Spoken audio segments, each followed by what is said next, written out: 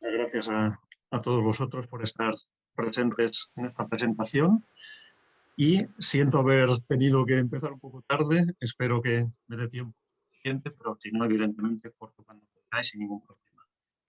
Pues eso, yo soy Miguel Ángel Andrés Toledo, ha dicho Adelaida, me dedico sobre todo a textos zoroástricos, textos en avéstico, en pahlaví y en otras lenguas oficiales, y os voy a hablar compartiendo pantalla primero, por supuesto. Perdón, el anfitrión inhabilitó la función de compartir las pantallas. Si por favor me podéis dar acceso a eso. Ahí voy, ahí voy. No. Sí. Puedo enseñaros la En presentación. teoría ya deberías tenerlo. Sí, pues bueno, empieza a darle. Dime si veis la pantalla correctamente. ¿Sí? Sí. Perfecto. Lo estoy intentando ahora. Muy bien. Y como veis, hay una imagen. Diréis, ¿esta imagen qué es? Es la imagen de un zoroástrico. Y describe de manera muy general, de manera gráfica, por supuesto, una de las ceremonias de purificación más importantes en el zoroastrismo. Es la ceremonia que llamamos Varshnum. Varshnum, veremos qué es una ceremonia que se lleva haciendo desde época antigua, desde época véstica, segundo y primer milenio antes de Cristo, hasta la actualidad.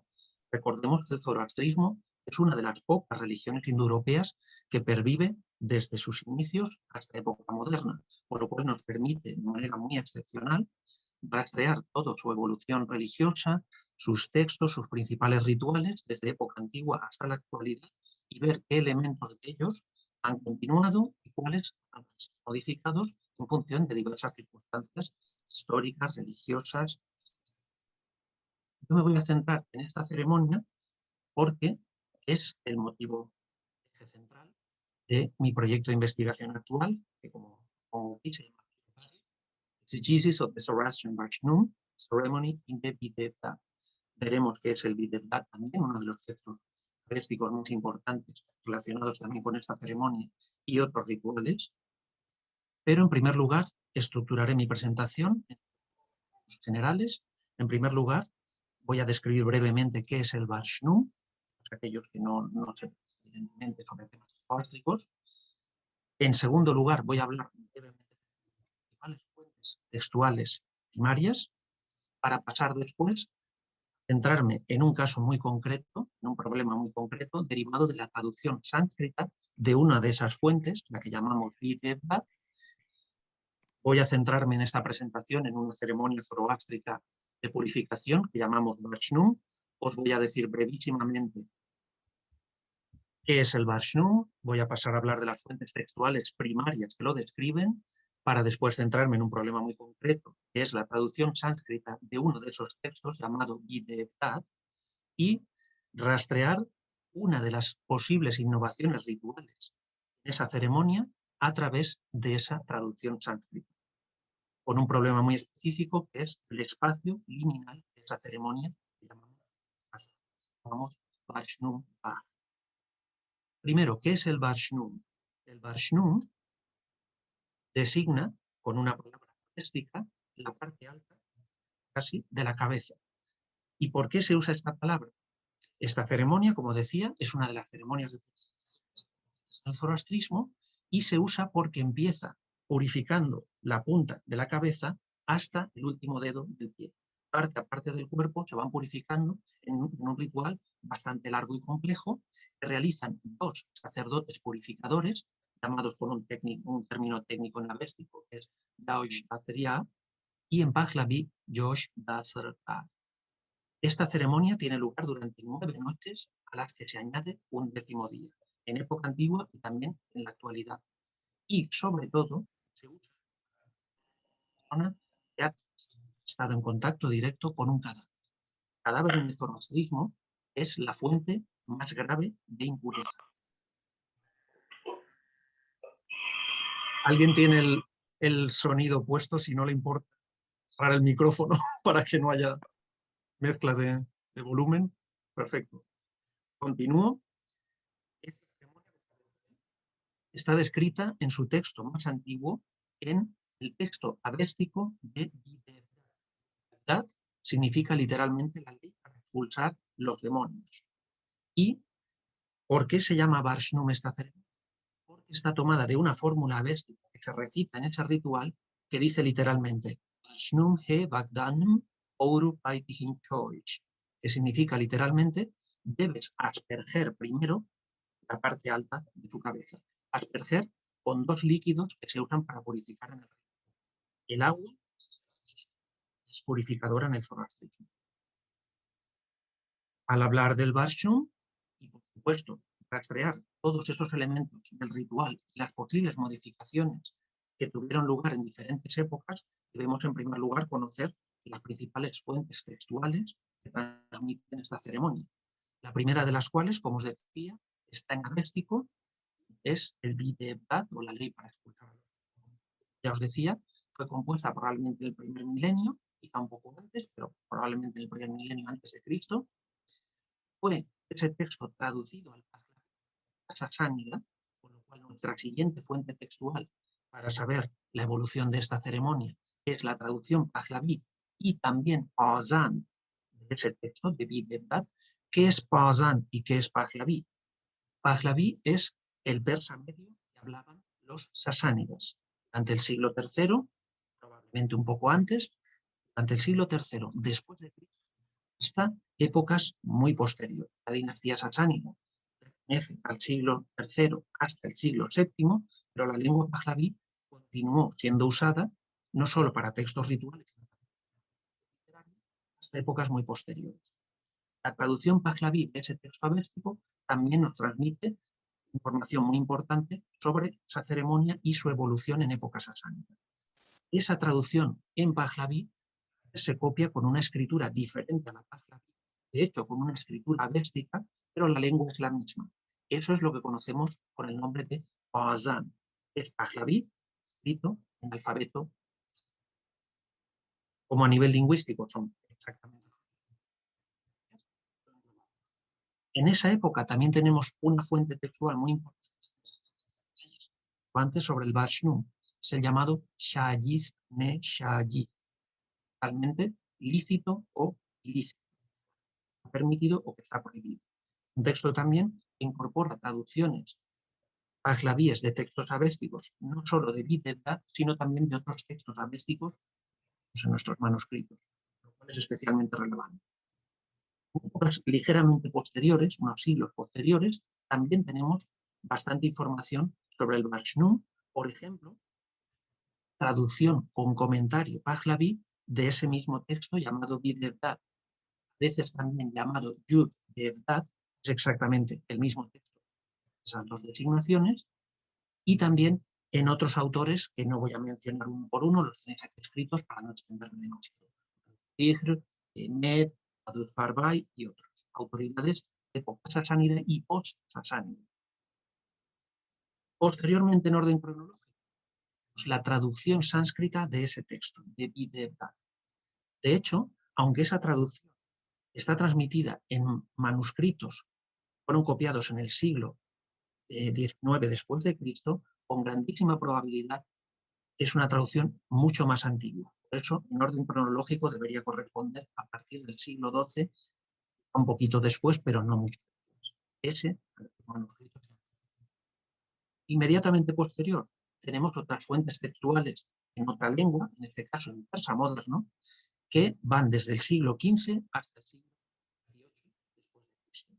Entre ellas tenemos, por ejemplo, también una traducción al persa moderno de ese texto de la ley para expulsar a los demonios, de Bidevdat, y otros varios textos muy importantes, como por ejemplo la Revayat, el persa moderno zoroástrico, que son compendios textuales que incluyen cosas, un intercambio epistolar entre sacerdotes de la India y sacerdotes de Irán, los zoroástricos. Los de la India les preguntan cuestiones sobre el ritual o cuestiones sobre la religión, y los de Irán les responden. Todas esas cartas, junto con otros textos, fueron compilados en lo que llamamos la Revayat. Varios textos, tampoco ellos, moderno, que también incluyen información interesante del Vashnum. Y finalmente, hasta época contemporánea, tenemos otras traducciones de ese mismo texto al Gujarati, Bidevdat, otros varios tratados y otras varias obras también en Gujarati, que es lengua india, pero la lengua que hablan las comunidades zoroástricas de la India, parsis, llamados parsis, que se asentaban sobre todo en la zona de Gujarat y Maharashtra, o sea, en el oeste, centro-oeste de la India. Todas estas lenguas, como veis, avéstico, pahlaví, sánscrito, persa moderno y gujarati, son relevantes para el estudio del zoroastrismo y en concreto para el estudio de esta ceremonia. Para ver la evolución de esta ceremonia a través de todas sus fases, saber cuáles copian de cuáles y cuáles traducen de cuáles. La antigua, la original, es una fuente en avéstico. De ella tenemos una traducción al pahlaví, de la cual derivan con grandísima probabilidad la traducción y los varios comentarios al persa moderno y la traducción al sánscrito, de la cual a su vez, como vemos en el esquema, la traducción con comentarios al gujarati.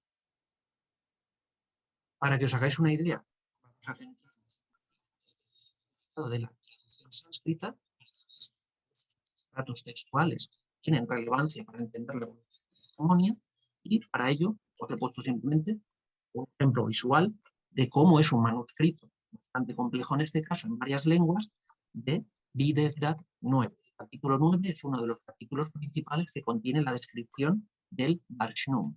Aquí, como veis, hay varias escrituras, algunas de ellas evidentemente son más o menos conocidas y otras, solo aquellos que nos dedicamos a ellas las leemos con más o menos cultura. Tenemos textos en sánscrito, pahlaví y en pazán en este manuscrito. Como veis, bastante apiñados y, por supuesto, solo con activos problemas. El manuscrito está, por cierto, en la Biblioteca Real de Copenhague, lo pude ver hace unos años en persona, un manuscrito muy interesante, por cierto. Vamos a centrarnos en el problema concreto de la evolución del espacio liminal llamado Varshnum Gah. En pahlaví, Gah significa espacio y Varshnum es el nombre de esta ceremonia, con lo cual espacio para el Varshnum podríamos traducir. Y vamos a centrarnos en una innovación ritual testiguada en el Videvdat sánscrito. En textos avésticos y pahlavíes que describen el Varshnum, se nos habla sobre el espacio liminal de la siguiente manera. Los dos sacerdotes purificadores deben cavar 9 hoyos, tiene un significado ritual equivalente a las noches de la purificación, de norte a sur. Esto es importante también. De norte a sur, en tierra vacía. ¿Por qué de norte a sur? Porque el norte es considerado la tierra de los demonios en el zoroastrismo, mientras que el sur, todo lo contrario. Por eso, cuando una persona es impura, llega al norte y sale hacia el sur. Entre la normativa avéstica y pahlaví se dice, pues eso, sur, en tierra vacía, o sea, donde no haya plantas, agua, ni ninguno de los varios elementos considerados puros por el zoroastrismo, porque evidentemente una persona que ha tocado un cadáver no debe jamás contaminar al resto de elementos puros según su doctrina. En ese espacio se trazan 13 surcos que circundan esos agujeros, circundan de una manera específica, y hemos visto al principio una de las posibilidades en ese manuscrito en persa moderno. Tendríamos una especie de puntitos con cuadrados delimitando. Son los 13 surcos de la ceremonia del Varshnum. Tenemos un ejemplo, un libro, por ejemplo, el libro de Modi, nos describe norte a sur, cómo entra desde el norte cada uno de los agujeros con los respectivos surcos, delimitando el poder maligno que podría desprenderse de la persona, llegar a la parte final y, por supuesto, ella cuando haya sido purificada. Este es el dibujo del Varshnum Gah, espacio. ¿Qué pasa en la tradición india moderna? Está el problema. Que el espacio liminal no es exactamente así. Y en vez de estar colocadas de norte a sur, están colocadas de oeste a este. Esta sería la descripción equivalente, donde tendríamos hoyos en la ceremonia avéstica y pahlaví, tenemos piedras. La posición ha cambiado. Lo interesante será ver por qué y si podemos, a través de encontrar una explicación viable a esa evolución. Aquí veis, para que os hagáis una idea, uno de los espacios en los que la ceremonia del Varshnum en Navchari. Navchari está en la India y es pertenece a una de las parsis más importantes, uno de los grandes centros zoroástricos. Yo lo he visitado varias veces, pero el Vaishnava no he podido visitarlo, ya que en la India, al contrario que en Irán, solo aquellos que pertenecen a la comunidad zoroástrica pueden entrar a los templos. Con alguna excepción, no puede entrar alguna vez a un templo, pero con ayuda de los sumos sacerdotes de allí. No, generalmente no te dejan. Pero bueno, aquí veis las piedras del Vishnu en lugar de los hoyos que encontraríamos en la ceremonia antigua. Esto es parte de la ceremonia también. Vemos a uno de los dos sacerdotes purificadores purificando a un niño, que en este caso está sentado, y se le está echando o la orina de toro o el agua, dependiendo del momento de la ceremonia. Vemos también un perro, porque la mirada del perro en el zoroastrismo aleja al demonio peor, más dañino del zoroastrismo, que es el demonio del cadáver, Nasu. Nasu, por cierto, para aquellos que estéis interesados en las cuestiones lingüísticas, es lo mismo que en griego. Nasu es cadáver, y a la vez es la personificación del elemento que contamina por excelencia a todos los seres vivos y a todos los. Vemos también al sacerdote zoroástrico con el velo en la boca, velo ritual, que es, por cierto, el origen de nuestras mascarillas higiénicas, por eso también de pureza y contagio. Es bastante interesante, los sacerdotes lo llevan para no contaminar con su aliento el fuego en las ceremonias, pero también para no ser contaminados ellos a su vez en ceremonias tan importantes, además con la impureza como el Vishnu. Por eso, en la vida cotidiana. Hablando de estas innovaciones, vamos a ver si se atestiguan en el Videbhat sánscrito. Aquí os he puesto, brevísimamente, unos pasajes en avéstico, en pahlavi y en sánscrito. En los textos avésticos vemos, debes cavar un primer hoyo, en otra parte debes cavar otros 3 hoyos. Esto es traducido exactamente igual en pahlavi, añadiendo simplemente en qué momento esos hoyos son para la orina de toro, para el agua, pero aquí está lo interesante, en la traducción sánscrita ya encontramos esta innovación. Dice, debes hacer que él o ella entre sobre la primera piedra, que es la orina de toro, o debes fijar en el suelo otras 3 piedras en la siguiente parte de la ceremonia, que son las del agua. Pero aquí ya vemos que la palabra para hoyo es traducida al sánscrito como piedra, con lo cual ya vemos que esa innovación que encontramos en la India contemporánea también se atestigua en la traducción. Pero ahora está el problema. ¿Solo en la traducción sánscrita o también en aquellos textos en persa moderno que también transmiten la ceremonia? Pues aquí tenemos variantes y esto es también bastante relevante. Encontramos en algunos textos en persa moderno que la palabra para designar esa parte en la que la persona impura debe entrar no es piedra, sino hoyo. Encontramos la palabra mab, que es como en avéstico maba, la palabra para hoyo. Lo encontramos, por ejemplo, en una de las rebayat, esos intercambios epistolares, la llamada rebayat de Manik Tanga, que fue compuesta en el 1535. También la encontramos en el Bahman Dash, en persa moderno, otro texto probablemente de esa época, pero, como hemos dicho, también tenemos una Valencia que traduce no mag como hoyo, sino como piedra en otra rebaya muy cercana en el tiempo a la que acabamos de ver, a la rebaya de Asa y la de Kamdin Shapur. Como vemos, muy cercanas en el tiempo, también compuestas en persa moderno. Con lo cual ya vemos que esa variante que encontramos en la traducción sánscrita y que aparentemente podríamos achacar solo a la parte india, también se encuentra, al menos en algunos autores, en persa moderno. Con lo cual también se atestiguaba, al menos en el siglo XVI, en Irán. Vemos también los pasajes podemos encontrar las dos variantes, Agad con Mab, hoyo, pero también San, piedra, en persa moderno. Vamos a ver por pasaje, evidentemente, para no hacer esto largo, pero en este caso lo tenemos en textos posteriores, en la traducción al persa moderno de Videbhat, compuesta compuesta quizá antes, pero al menos transmitida en manuscritos del siglo XIX. La pregunta es, por tanto, ¿por qué cambiaron hoyos por piedras? Estas son algunas de las posibles explicaciones. Una de ellas es, se usaban piedras para aislar del suelo la impureza externa, y en otros rituales. Vemos, por ejemplo, que en el Bashnum, en el propio Bashnum, en época antigua, se usaban piedras para pasar de un hoyo a otro. Esto ya se dice en el texto avéstico, en el que se dice, en cada uno de los 3 espacios de 9 pies debes traer piedras para pasar a los hoyos. En este caso ya vemos que la piedra aísla la impureza de la persona del suelo. Recordad que el suelo, la tierra, también es pura.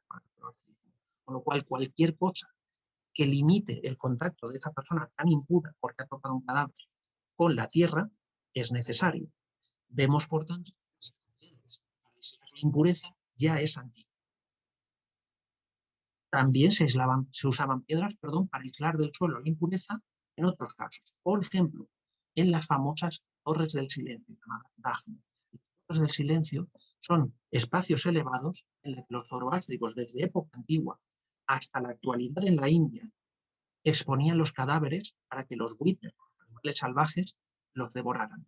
Recordad que los zoroástricos no pueden incinerar ni pueden enterrar el cadáver, porque la tierra y el fuego son extremadamente puros y el cadáver extremadamente impuro. Con lo cual, la forma de deshacerse de esa impureza es que los buitres, ese cadáver se expone en las torres del silencio también en piedras, precisamente para intentar evitar el contacto del cadáver y de los posibles fluidos del cadáver con la tierra de la máxima manera posible.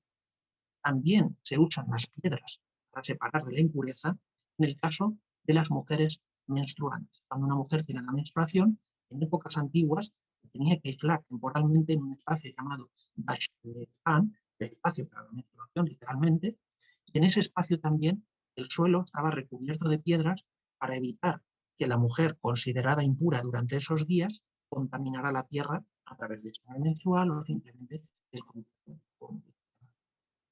También se usaba un método semejante de aislamiento con piedras cuando una mujer daba luz a un bebé mortal. En ese caso, también lo encontramos en textos en persa moderno. Pero, y esto es también interesante, estos Pahlavi, o sea, en épocas mucho más antiguas, se usaban no piedras, sino hoyos. Con lo cual, algo parecido a lo que encontramos en el Bhagavad. Viéndolo en un ejemplo muy gráfico, tenemos en avéstico la palabra hoyo, en Pahlavi también, en persa moderno también se usa, pero pasa en algunos textos a designarse como piedra en el siglo XVI. En los textos de la traducción sánscrita solo encontramos la palabra para piedra y en Gujarati, derivada de ella, encontramos otra que es paharium, que significa colinas, una reinterpretación, pero proviene del significado de piedra. Con lo cual podemos ver que en época antigua me refiero a Véstica y Sánira Pahlavi, aún se usaban hoyos. Pero tanto en la India como en Irán, a partir del siglo XVI, quizá antes, porque la traducción sánscrita de Vidyabhat puede ser escrita, compuesta, mejor dicho, en el siglo XII, incluso XIII después de Cristo, con lo cual a partir de entonces seguro, tanto en India como quizá también en Irán, ya encontramos esa modificación ritual. Vamos a rastrear a partir de las fuentes en persa moderno y en sánscrito.